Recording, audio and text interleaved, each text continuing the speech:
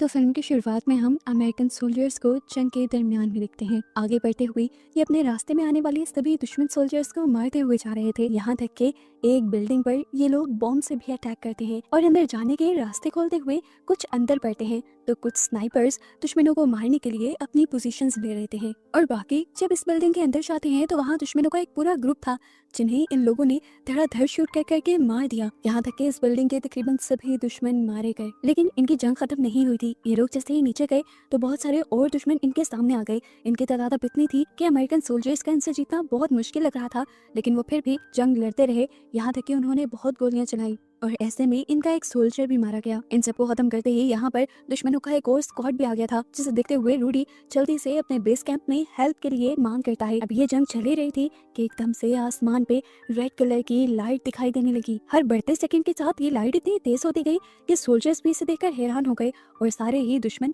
और American soldiers इस light को देखने के लिए बाहर निकल आए। एकदम से वो लाल रंग की लाइट व्हाइट लाइट में बदल गई और गरजने लगी जैसे आसमान की बिजली चमकती है। यही गरजने वाले बिजली के झटके अब सोल्जर्स को उठाकर ऊपर की तरफ कहीं ले जाने लगते हैं और सीन कट होकर अब हमें एक नए सीन में इन सभी इंसानों को कांच के कंटेनर्स में बंद दिखाया जाता है और हमें पता चलता है कि इंसानों को इस टाइम एलियंस के हाथों किडनैप किया गया था किसी एक्सपेरिमेंट के लिए। यहाँ पर उन सभी सोल्जर्स को उन चीजों के वीएन आ रहे थे जो उन्होंने लास्ट टाइम किए थे, यानी आखिरी जंग के वीएन आ रहे थे। जिन मशीन्स के अंदर इन सोल्जर्स को रखा गया एकदम से वो मशीन बंद हो जाती है और कांच टूट गए। ये सारे सोल्जर्स उस मशीन से बाहर गिर जाते हैं। एकदम से तो इन्हें समझ नहीं आई कि इनके साथ क्या हुआ और ये कहाँ से निकले। जिस लिक्विड के अंदर ये लोग खड़े हुए थे वो लिक्विड इनकी बॉडीज के अंदर भी चला गया था।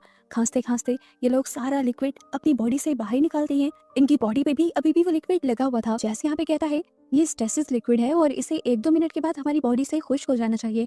सारे हैरानी से उसकी तरफ देखने लगते हैं। वो भी परेशान हो जाता है कि उसे इस लिक्विड के बारे में कैसे पता। हालांकि उसे याद पड़ता है कि पिछली जिंदगी में कभी भी उसने स्टेसिस लिक्विड के बारे में ना पढ़ा था, ना सुना था, ना देखा था। खैर अब इन सोल्जर्स को समझ नहीं आ रही थी कि ये लोग हैं कहाँ। तो एक सोल्जर कहता है मुझे लगता है कि हमें रशियंस ने या चाइनीज ने किडनैप कर लिया है। ये एक अजीबोगरीब फैसिलिटी थी और यहाँ पर कुछ मशीन्स के ऊपर अजीबोगरीब राइटिंग्स भी लिखी हुई थी। एक आदमी बताता है कि ये राइटिंग दुनिया की किसी लैंग्वेज की नहीं है। हैरानी की बात थी कि एक सोल्जर यहाँ मशीन पे लिखी हुई चीजों को पढ़ लेता है। इन पर इन सोल्जर्स के नाम लिखे हुए थे।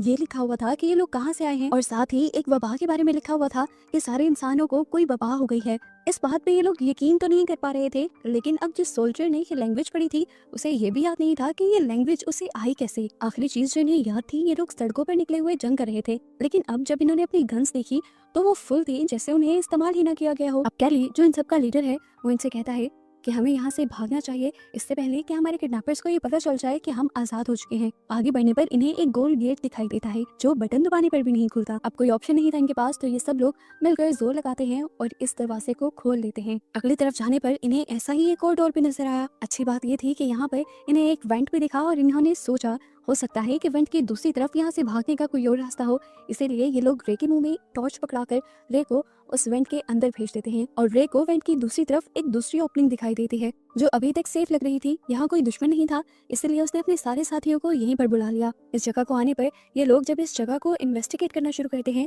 तो यहाँ पर बड़े बड़े नाखूनों की खराशें नजर आती हैं, वो भी दरवाजे की तरफ। इन्हें ऐसा लग रहा था कि यहाँ पर जैसे किसी बहुत बड़े मॉन्स्टर को कैद किया गया हो और उसने यहाँ से निकलने के लिए बहुत कोशिश की हो। यहाँ पर अब एक सोल्जर कहता है मुझे लगता है हम किसी भूल भुलैया के अंदर हैं और ये भूल भुलैया जरूर अंडर वाटर किसी प्रिजन के अंदर बनाई गई है। इन्हीं बातों के दौरान इन्हें अजीब आवाजें सुनाई देती हैं और ये लोग उन आवाजों की तरफ बढ़ जाते हैं और रास्ते में इन्हें खून की धारें दिखाई देती हैं और आगे जाने पर इन्हें काफी सारे सिस्टम के स्विचेस भी उतरे हुए दिखाई देते हैं, जिससे इन्हें अंदाजा होता है कि इन्हीं स्विचेस के उतरने की वजह से ये लोग उस कैद से आजाद हो पाए थे। ये लोग आगे बढ़ जाते हैं। एक रूम में इन्हें बहुत सारी फॉग दिखाई देती है और चुपके से जब ये लोग वहाँ दुश्मन को ढूंढ रहे होते हैं तो एकदम से सोल्जर्स के मुंह पर खून की बूंदें गिरती हैं।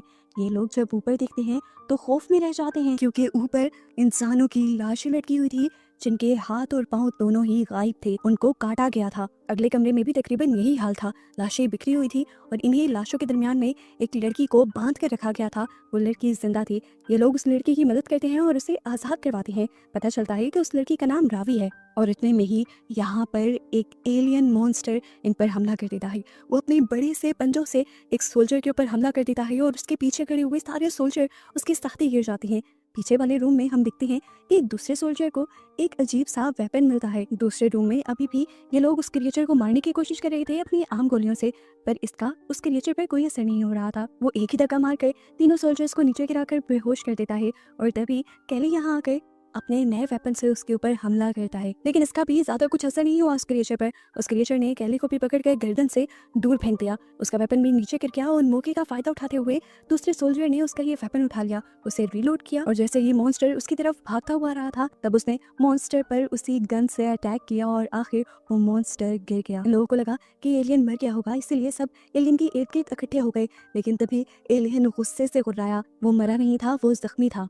इससे पहले कि वो उन्हें नुकसान पहुंचाता पीछे से रावी आ जाती है जो उसकी आंख पर शूट करते हुए उसकी जान ले लेती है। इसके बाद रावी ने कुछ कहती है और वहां से चली जाती है। इन्हें समझ तो नहीं आया था कि रावी ने क्या कहा, लेकिन हिंट इन्हें यही हुआ था कि रावी इन्हें अपना पीछा करने को कह रही है। काफी लोग उसका पीछा करने लग जाते हैं और कुछ सोल्जर जो अपने जख्मी सोल्जर को साथ लेके जाने की कोशिश कर रहे थे वो देखते हैं कि वो सोल्जर यहीं पर मर चुका है। सभी लोग जब रावी के पीछे आए तो इनमें से एक सोल्जर ने नोटिस किया कि उसे रावी वाली लैंग्वेज आती थी। इन्हें समझ नहीं आ रही थी जो चीजें इन्होंने कभी जिंदगी में सीखी ही नहीं थी वो इन्हें कैसे आती हैं। यहाँ तक कि एक इंटरेस्टिंग बात ये थी कि रावी को भी इंग्लिश आने लगी थी और उसने पहले इंग्लिश कभी बोली भी नहीं थी।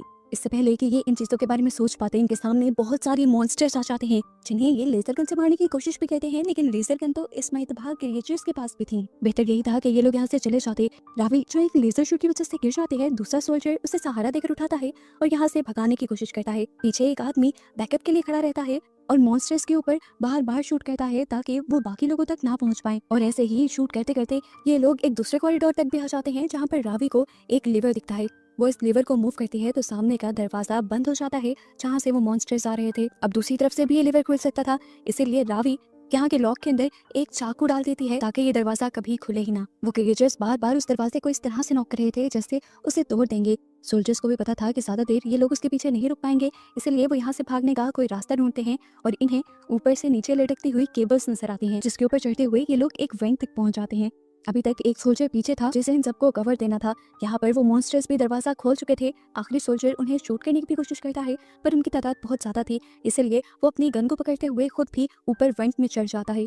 इससे पहले कि वो वेंट से गुजरते हुए अपने साथियों को मिल जाता, एक मॉन्स्टर उसकी टांगे पकड़ते हुए उसे वापस खींच चुका था। दूसरा मॉन्स्टर अब उसी वेंट में आ चुका था जहाँ पर ये लोग थे, इसीलिए रोडी अपने पास मौजूद लेजर गन से उसके सर पर शूट करते हुए उसे वहीं पर मार देता है और फाइनली ये लोग इस वेंट से गुजरते हुए एक दूसरे रूम तक पहुंचने में कामयाब हो जाते हैं। इस टाइम पर इन सबको बहुत ज्यादा दुख हो रहा था कि इनके दो साथी मारे गए थे। ये अपना गुस्सा एक दूसरे पर उतार रहे थे। यहाँ तक कि एक सोल्जर रोडी से ये भी पूछता है कि तुम्हें ये लेजर गन चलाने कैसे आती है। अब रावी जिसको मॉन्स्टर ने अपनी लेजर गन से शूट कर दिया था उसकी टांग बहुत ज्यादा जख्मी थी, इसीलिए ये लोग रावी की पट्टी भी करते हैं।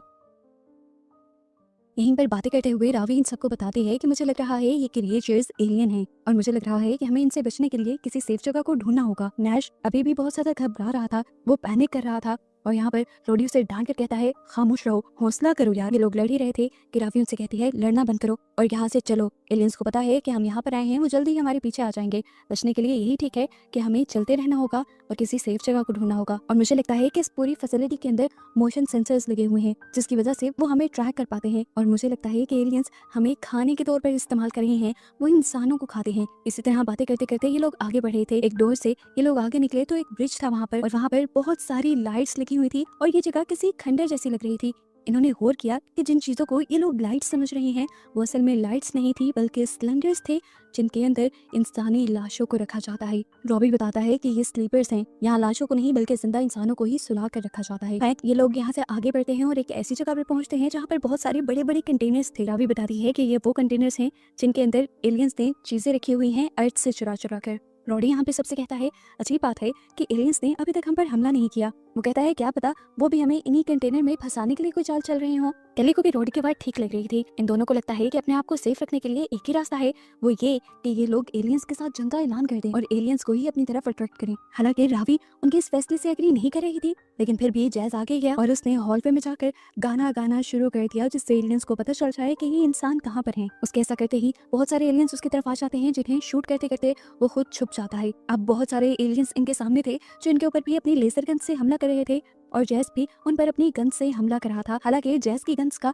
उनके ऊपर कोई असर तो नहीं था, लेकिन बस ये हमले उन्हें गुस्सा जरूर दिलवा रहे थे। अब एलियंस जैसे ही इनका पीछा करते करते यहाँ इन कंटेनर्स के पास आते हैं तो ऊपर छुपा हुआ रूडी स्नाइपर के तौर पे लेजर गन का इस्तेमाल करते हुए एक एक करके काफी सारे एलियंस को शूट कर देता है और बाकी को यहाँ पर छुपे हुए लोग शूट करके मार देते हैं। इन्हें लगा था कि इनकी जंग खत्म हो गई, लेकिन उससे पहले ही यहाँ पर एलियंस का एक नया स्क्वाड आ गया। इन लोगों ने दोबारा उनके ऊपर हमला करना शुरू किया, लेकिन अब की मर्तबा किसी का भी हमला काम नहीं कर रहा था। यहाँ तक कि लेजर गन्स भी उनके ऊपर काम नहीं कर रही थी, क्योंकि वो अपने आगे एक ना दिखने वाली शील्ड लेकर आए थे। अब इन्हें पता था कि इनके पास रास्ता है, या मरो या यहाँ से भागो। सभी यहाँ से भागने लग जाते हैं और नैश भी कंटेनर्स के ऊपर से भागता भागता अपनी टीम के साथ मिल जाता है। ये लोग कंटेनर्स के दरमियान से होते हुए छुप छुप कर यहाँ से भागने की कोशिश कर रहे थे, पर उसी दौरान एक क्रिएचर की नजर जैस पर पड़ जाती है और वो जैस को कमर में गोली मार देता है, जिसकी वजह से जैस की वहीं पर मौत हो जाती है। और अपने एक और साथी को मरता देखकर नैश गुस्से से पागल हो जाता है और अपनी लेजर गन से उसी क्रिएचर के सर के ऊपर अटैक कर देता है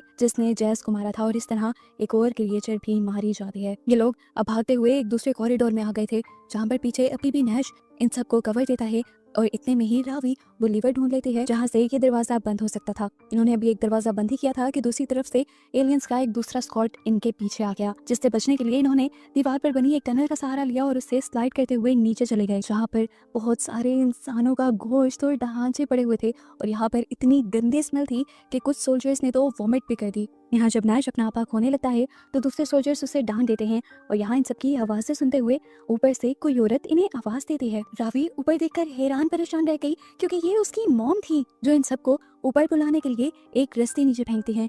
रावी सबसे पहले ऊपर जाकर अपनी मॉम से गले मिलती है और बाकी सारे सोल्जर्स इन्हें देखते रह जाते हैं। रावी की मॉम ने रशियन सोल्जर्स का यूनिफॉर्म पहना हुआ था, जिससे इन्हें पता चला कि ये दोनों रशियन सोल्जर हैं। लेकिन फिलहाल ये लोग किसी भी दो मुल्कों की जंग नहीं लड़ रहे थे, ये इंसान और एलियंस के दरमियान की जंग लड़ रहे थे, इसलिए ये एक ग्रुप थे। आनिया इन सबको यहाँ के सेंसर से बचाते हुए एक दूसरे एरिया में लेकर जाती है। एक हैच का इस्तेमाल करते हुए ये इन्हें एक बेसमेंट तक ले आती है, जहाँ पर ये लोग देखते हैं कि यहाँ की सारी वॉल्स को बहुत अच्छे से डेकोरेट किया गया था। यहाँ पर ये लोग रावी की मॉम को बताना शुरू करते हैं कि किस तरह ये लोग आखिरी मर्तबा जंग करते करते कहीं गायब हो गए थे, और जब इन्हें होश आया तो इन्होंने अपने आप को पानी के जार्स के अंदर पाया। रावी की मॉम बताती है कि वो ट्रॉफी रूम था। वो बताती है कि तुम लोग वहाँ से कभी ना निकल पाते अगर वो मशीन बंद ना होती। वो बताती है कि उसे भी किडनैप किया गया था, और जब से उसे किडनैप किया गया है वो टाइम का अंदाजा लगाना भूल गई है। लेकिन हाँ, वो इतना अंदाजा यहाँ पर जरूर कर सकती है कि उसे यहाँ पर आए तकरीबन 20 से 30 साल तो हो गए हैं। और यहाँ इन्हें इस बात का अंदाजा होता है कि रावी जो अभी तक इनके साथ लड़ रही थी वो इसी बेस के अंदर पैदा हुई थी। रावी की मॉम बताती हैं कि ये एक किस्म की जेल है, और ये सब जो इनके सामने आ रहे हैं वो एलियंस ही हैं। एलियंस को कहीं ना कहीं इंसानों ने बुलाया था। उनको लगता था कि वो एलियंस इंसानों के साथ फ्रेंडली होंगे, लेकिन एलियंस ने यहाँ आते ही सब कुछ अपने कंट्रोल में लेना शुरू कर दिया। इन्होंने सबसे पहले दुनिया में आते ही दुनिया की बड़ी बड़ी मिलिट्रीज के मिलिट्री स्ट्रेटेजी प्लानर्स को किडनैप किया। एक खास किस्म की डिवाइस उन्होंने उनके माइंड के साथ अटैच की, ये पता चलाने के लिए कि इंसान दुनिया में लड़ते कैसे हैं एक दूसरे के साथ। वो बताती है कि तुम लोग भी इन मशीन्स के अंदर सालों से कैद हो, और जिस जंग के बारे में तुम लोग बता रहे हो वो जंग कभी हो ही नहीं रही थी। वो तुम्हारे माइंड में एक गेम खिलाई जा रही थी एलियंस की तरफ से, जिससे वो लोग स्टडी कर रहे थे कि इंसान किस तरह लड़ते हैं, और इसी स्टडी की वजह से ये लोग आखिर चंद ही हफ्तों में पूरी दुनिया को तबाह भी कर पाए। जो डिवाइसेस इनके दिमाग के साथ लगाई गई थी वो 2 वे थी, जिसका मतलब है जिस तरह वो डिवाइसेस इन लोगों के माइंड को पढ़ रही थी, उसी तरह वो डिवाइसेस इन लोगों के माइंड में भी कुछ ना कुछ डाल रही थी। इसी वजह से इन्हें डिफरेंट लैंग्वेजेस और लड़ने के नए नए तरीके आ गए थे। वो बताते हैं कि मैं भी पहले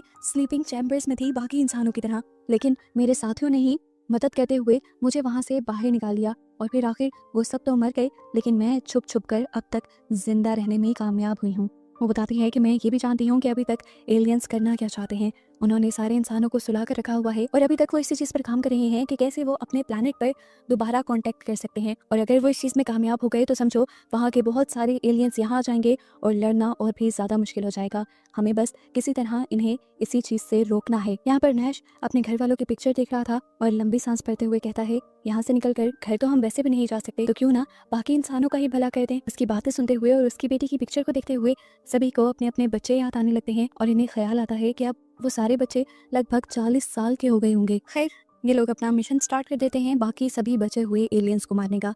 आनिया इन सबको प्लान बताती है, और उसकी कैलकुलेशन के मुताबिक यहाँ पर 24 से ज़्यादा एलियंस रह गए थे, और वो बताती है कि अभी तक 24 के करीब ही एलियंस टॉप डेक के ऊपर भी हैं, जो बाकी एलियंस से ज़्यादा खतरनाक हैं। ये लोग ऊपर जा तो सकते हैं, लेकिन ऊपर जाते ही सेंसर्स की वजह से एलियंस फौरन इन्हें डिटेक्ट कर लेंगे। ऐसे में इनके पास सिर्फ यही ऑप्शन होगा कि ये लोग एलियंस से लड़ें, और लड़ने के लिए आनिया यानी रावी की मॉम के पास कुछ एक्सप्लोजन्स यानी बॉम्ब्स भी थे। ये लोग अब प्लान बनाते हुए ऊपर की तरफ जाते हैं। आनिया और रूडी टॉप डेक के ऊपर ये बॉम्ब इम्प्लांट करते हैं, जबकि बाकी सारे इस टाइम क्रिएचर्स को डिस्ट्रैक्ट करने की प्लानिंग करने में लग जाते हैं। यहाँ रूडी सबसे पहले टॉप डेक के पास जाता है और देखता है कि वहाँ पर पहले से ही 2 एलियंस गार्ड कर रहे थे। वो यहाँ का एक सेंसर देखता है जो पहले से ही खून से ढका हुआ था और दूसरे सेंसर को वो शूट करके तोड़ देता है। और इतने में एलियंस को भी खबर हो जाती है इंसानों की यहाँ मूवमेंट करने की, इसलिए सारे एलियंस यहाँ आ जाते हैं और ये लोग भी जल्दी से एलियंस के सामने आ जाते हैं। एलियंस पर शूट करते हुए ये एलियंस को मार रहे थे और यहाँ पर इन्होंने मरे हुए एलियन की एक शील्ड भी ले ली थी, जिससे ये सभी अपने आप को बचाने की कोशिश कर रहे थे। एलियंस को मारते मारते ही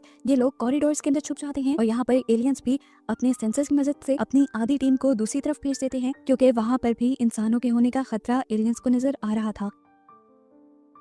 वहाँ पर आनिया ही थी जो बम लगा रही थी और उसने भी एलियंस के आने की आवाज़ सुन ली। वो बाकी लोगों को भी अलर्ट करती है, पर यहाँ जो लोग सामने लड़ने के लिए आए थे उनके पास कोई रास्ता नहीं था। सभी यहाँ से पीछे मुड़ने का डिसाइड करते हैं और रोडी इन्हें कवर देते हुए लेजर से एलियंस पर शूट करना शुरू करता है। काफी एलियंस तो मर जाते हैं, पर अब उसकी लेजर गन ने काम करना छोड़ दिया था। वो अपनी पुरानी गन उठाता है और जब उसे इस्तेमाल करता है तो अब एलियंस के सामने कमजोर पड़ जाता है और एलियंस उसे शील्ड पर उठाकर ऊपर पटक देते हैं। पीछे वाले कॉरिडोर में जाकर सबने डोर बंद कर दिया था, इसीलिए रोडी अपने हाथ में पकड़े हुए बॉम्ब को एक्सप्लोड कर देता है और एलियंस के साथ वहीं पर मारा जाता है।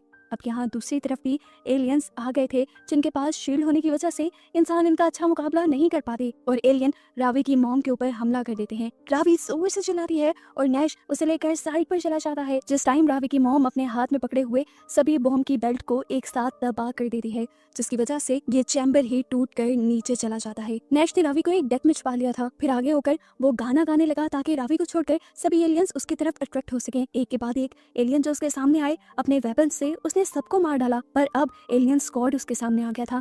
उसने पहले बॉम्ब्स के साथ इन एलियंस को उड़ाने का सोचा और फिर उसे ख्याल आया कि अगर मरना ही है तो फिर लड़कर क्यों ना मरे। इसलिए बाकी सब पर उसने गोलियों से अटैक करना शुरू कर दिया और मजे की बात कि उसने सबको ही मार डाला।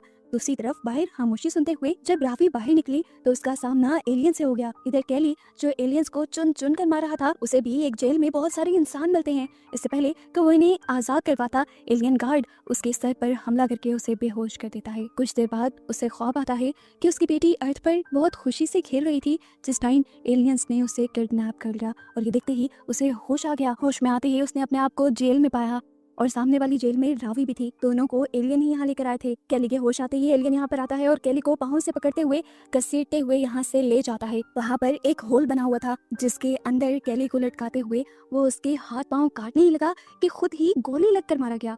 असल में होल के अंदर नैश छुपा था जिसने एलियन को मार दिया। अब ये दोनों मिलकर यहाँ से निकलते हैं और रास्ते में आने वाले सभी एलियंस को मार देते हैं और इंसानों को जेल से आजाद भी करवा लेते हैं। अब एक के बाद एक और बहुत सारे एलियन गार्ड्स इनके सामने आते रहे जिन्हें इन्होंने अपनी लेजर गन से मार दिया। सभी इंसानों के यहाँ से निकल जाने के बाद ये लोग पीछे वाला डोर बंद कर देते हैं। रावी को भी इन्होंने आजाद करवा लिया था।